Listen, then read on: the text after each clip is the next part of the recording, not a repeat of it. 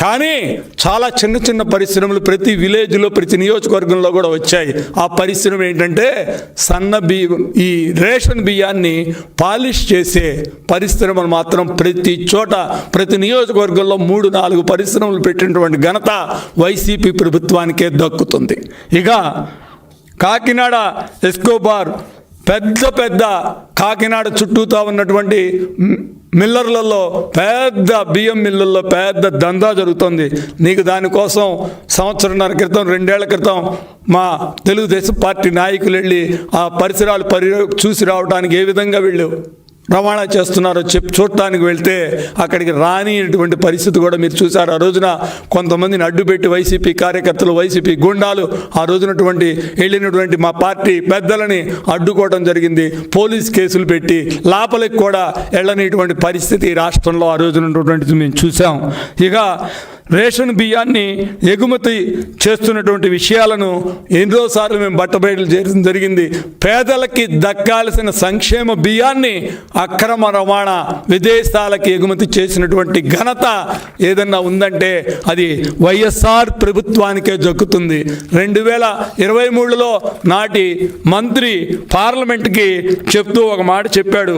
ప్రతి రాష్ట్రానికి ఎంతంత బియ్యం ఎక్స్పోర్ట్, ఎంతంత బియ్యం వాళ్ళు అలాట్ చేశారో చెప్తే ఈ రాష్ట్రానికి అలాట్ చేసిన బియ్యంలో దగ్గర 89,000, అంటే వాళ్ళు ఇదిగోండి ఇక్కడ ఇచ్చారు, ఇది ఆంధ్రప్రదేశ్. ఒకసారి జూమ్ చేస్తే మీకు కనపడుతుంది. ఆంధ్రప్రదేశ్కి ఇచ్చిన బియ్యం ఎంత, వీళ్ళు పంచింది ఎంత అని ఒకసారి చూస్తే ఈ వాళ్ళు ఇచ్చినది మనం పంచిన దాంట్లో దగ్గర 89,000 బియ్యం, 89,000 మెట్రిక్ టన్నుల బియ్యాన్ని వీళ్ళు అక్రమ రవాణా చేసినటువంటి ఘనత దక్కుతుంది. ఈ రాష్ట్రంలో 89 లక్షల మెట్రిక్ టన్నులు, 89,000 మెట్రిక్ టన్నులని అక్రమ రవాణా చేసినటువంటి ఘనత ఈ గత ప్రభుత్వానికి దక్కుతుంది. అంటే పేదలకి దక్కాల్సిన బియ్యంలో వీళ్ళు ఏ విధంగా నీకు అక్రమ రవాణా చేశారనే దానికి ఇంతకంటే ఒక నిదర్శనం ఏముంటుంది?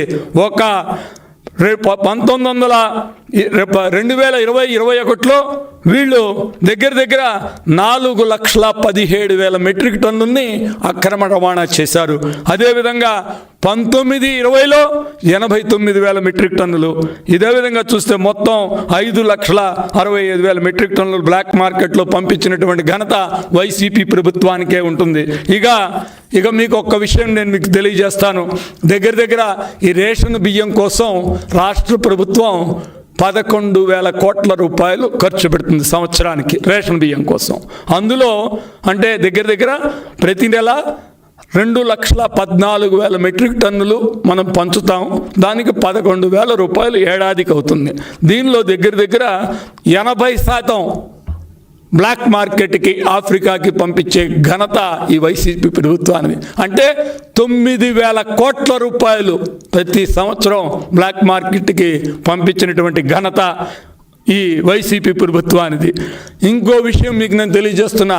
తెలుగుదేశం పార్టీ అధికారంలో ఉన్నప్పుడు 2018-19లో ఈ రాష్ట్రాన్ని నుంచి 18 లక్షల మెట్రిక్ టన్నుల బియ్యం ఎగుమతి అయితే మరొక్కసారి మళ్ళీ మీకు నేను చెప్తున్నా, 2018-19లో ఈ రాష్ట్రం నుంచి 18 లక్షల మెట్రిక్ టన్నులు ఎగుమతి అయితే ఈ రాష్ట్రాన్ని నుంచి 2019-20లో ఈ రాష్ట్రం నుంచి 31,50,000 మెట్రిక్ టన్నులు. అంటే ఒక్క సంవత్సరానికి 14 లక్షల మెట్రిక్ టన్నులు పెరిగింది. దేనిలోనూ పెరగలా. ఎక్కడా కూడా ఇంత పైకి తీసుకెళ్తానని చెప్పారు జగన్మోహన్ రెడ్డి గారు. ఆయన ఏది పెన్షన్ గురించి పైకి ప్రతి సంవత్సరం పెంచుకుంటూ పోతానని చెప్పినటువంటి దాంట్లో పెన్షన్ పెంచడంలో విఫలమయ్యారు, ఇతర సంక్షేమం ఇవ్వడంలో విఫలమయ్యారు. కానీ జగన్మోహన్ రెడ్డి గారు ఒక్క దాంట్లో మాత్రం 100% ఆయనకు మార్కులు వేయాలి. ఎందుకంటే ఫస్ట్ సంవత్సరంలో 14 లక్షలు మెట్రిక్ టన్నులు ఎగుమతి పెంచి బియ్యాన్ని, రేషన్ బియ్యాన్ని బయట దేశాలకి, ఆఫ్రికా దేశాలకి పంపించినటువంటి ఘనత ఈ జగన్మోహన్ రెడ్డి గారిది. ఇక 2021-22కి వచ్చేటప్పటికల్లా ఇది 48,26,000 మెట్రిక్ టన్నుల్ని ఎక్స్పోర్ట్ చేసింది. అంటే ఏంటంటే వ్యవస్థను క్రియేట్ చేసుకున్నారు ఈ కాకినాడ ఎస్కోబార్ చంద్రశేఖర్ రెడ్డి గారు నాయకత్వంలో. ఇదంతా కూడా తయారైంది. అప్పటికి ఎక్కడి నుంచి ఎట్లా చేయాలి అని అన్నీ తెలిసి దగ్గర అప్పటికి 30 లక్షల మెట్రిక్ టన్నులు ఎక్కువ. మన ప్రభుత్వంలో 18 లక్షలు అయితే ఈ ప్రభుత్వంలో 27కి వచ్చేటప్పటికల్లా 48 లక్షల మెట్రిక్ టన్నులు చేశారు. అంటే 30 లక్షల మెట్రిక్ టన్నులు నల్ల బ్లాక్ మార్కెట్లోకి బియ్యాన్ని, రేషన్ బియ్యాన్ని, పేదల సంక్షేమం కోసం రాష్ట్ర ప్రభుత్వం ఇచ్చే బియ్యాన్ని బయట దేశాలకి ఎగుమతి చేయటువంటి జరిగింది. ఇక చివరి సంవత్సరం 2023-24కి వచ్చేటప్పటికల్లా ఈ ప్రభుత్వం దాంట్లో కూడా మాస్టరైజ్ చేసింది. అప్పుడు ఎంత చేశారంటే దగ్గర 69 లక్షల మెట్రిక్ టన్నులు. మన ప్రభుత్వం అధికారంలో ఉన్నప్పుడు 18-19 సంవత్సరంలో 18 లక్షల మెట్రిక్ టన్నులు అయితే వీళ్ళు చివరి సంవత్సరం 22-23లో దగ్గర 69 లక్షల మెట్రిక్ టన్నుల్ని ఎగుమతి చేసింది. అంటే 51 లక్ష అక్రమ మార్కెట్లోకి పంపించినటువంటి ఘనత ఈ రాష్ట్ర ప్రభుత్వం, గత రాష్ట్ర ప్రభుత్వానికి ఉందని మరొకసారి మీకు నేను తెలియజేస్తున్నా. తర్వాత ఇక ఇవన్నీ కూడా రేషన్ బియ్యం పోతుందని దగ్గర గత 6 నెలలుగా మా మంత్రి గారు ఎంక్వైరీ చేసి పట్టుకుంటుంటే అప్పుడు మనకి ఇవన్నీ కూడా బయటకు వచ్చినాయి. ఎక్కడ చూసినా పందికొక్కులు ఉన్నట్టే బియ్యంలో రేషన్ బియ్యం అంతా ప్రతి గోడౌన్లో ఉంటాం. నియోజకవర్గాల్లో చూశారు, గుంటూరు, ప్రకాశం, ప్రతి జిల్లా పర్యటనకి వెళ్ళినా ఎక్కడ చూసినా కూడా ఈ రేషన్ బియ్యమే కనపడింది. ఇక వీళ్ళకి కాకినాడ పోర్టు సరిపోనట్టు వీళ్ళ సామర్థ్యం పెంచుకుని అవినీతి సామ్రాజ్యాన్ని పెంచుకున్నప్పుడు వీళ్ళకి కాకినాడ పోర్టు నుంచి ఎక్స్పోర్ట్ చేయటం సరిపోవటం లేదని చెప్పి పక్కనున్నటువంటి గేట్వే పోర్టు కూడా మాకే కావాలని చెప్పి వెంటనే 2020 సంవత్సరంలో నీకు ఆ రోజున ఉన్నటువంటి ముఖ్యమంత్రి గారిని అడిగి చంద్రశేఖర్ రెడ్డి గారు ఆ పక్క పోర్టు నుంచి కూడా పర్మిషన్ తెచ్చుకున్నాడు. ఆ పక్క పోర్టు నుంచి కూడా ఎక్స్పోర్ట్ చేయడానికి. ఎందుకంటే ఆ 2 పోర్టులు మన చేతిలో ఉంటే మనం ఏది కావాలంటే చేసుకోవచ్చు, ఇబ్బందులు లేవని చేసుకొని అక్కడ కస్టమ్స్ని కూడా మేనేజ్ చేసి ఏ విధమైన అడ్డంకులు లేకుండా, అడ్డు ఆపు లేకుండా అక్రమ రవాణా చేశారు. అవి మొన్న మన ప్రభుత్వం వచ్చిన తర్వాత, మంచి ప్రభుత్వం వచ్చిన తర్వాత వీటి మీద ఎంక్వైరీ చేస్తూ ఆ పోర్టుకి వెళ్ళినటువంటి సందర్భంలో పవన్ కళ్యాణ్, ఉప ముఖ్యమంత్రి గారు పవన్ కళ్యాణ్ గారిని, అదేవిధంగా నాదెళ్ల మనోహర్ గారిని కూడా వాళ్ళు అక్కడ ఆపడం జరిగింది. ఆపితే వాళ్ళు గొడవ చేసి లోపలికి వెళ్ళిన తర్వాత పట్టుకుంటే అక్కడ దగ్గర ఆఫ్రికాకి వెళ్ళటానికి సిద్ధమైనటువంటి స్టెల్లా నౌకలో కొన్ని వేల మెట్రిక్ టన్నులను పట్టుకున్నారు బియ్యాన్ని. అదేవిధంగా Lavan international, Ayyappa exports, Vishwapriya, Sarala foods, సార్జెట్ ఇండియా, విఎస్ రాజు వీళ్ళందరి దగ్గర 7,615 మెట్రిక్ టన్నుని బియ్యాన్ని సీజ్ చేయడం జరిగింది. వాస్తవమా కాదా అని ఒక్కసారి మిమ్మల్ని నేను అడుగుతున్నా. అశోక ఇంటర్నేషనల్ గోదాంలో ఒక్క గోదాంలోనే 2,800 మెట్రిక్ టన్నుని సీజ్ చేయడం వాస్తవమా కాదా? అదేవిధంగా H1 గోదాంలో 2,300 మెట్రిక్ టన్నుని సీజ్ చేశారు. ఇక ఇలాంటి వ్యవహారంలో ఈ రాష్ట్ర ప్రభుత్వం మునిగిపోయింది.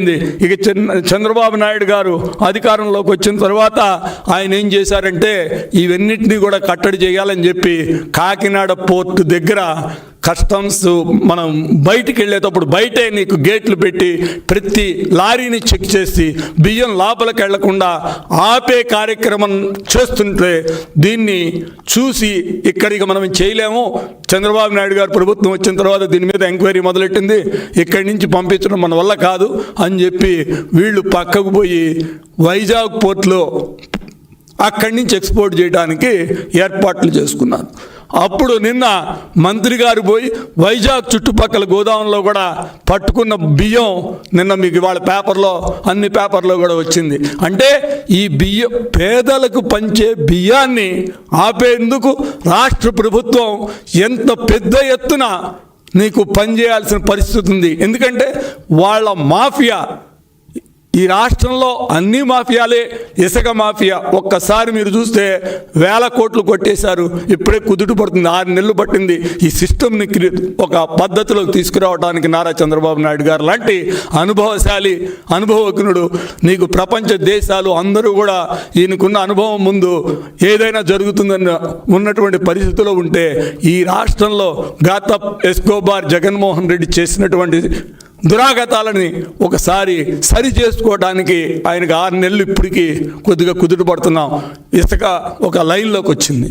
అదేవిధంగా మద్యం చూసాం. దానిలో కూడా అసలు ఎక్కడ మధ్యలో ఈ ప్రపంచంలో ఎక్కడైనా ప్రతి చోట పైన గూగుల్ పే ఉంటుంది, లేకపోతే ఏటీఎం పీటీఎం ఉంటుంది, లేకపోతే క్రెడిట్ కార్డు తీసుకుంటారు.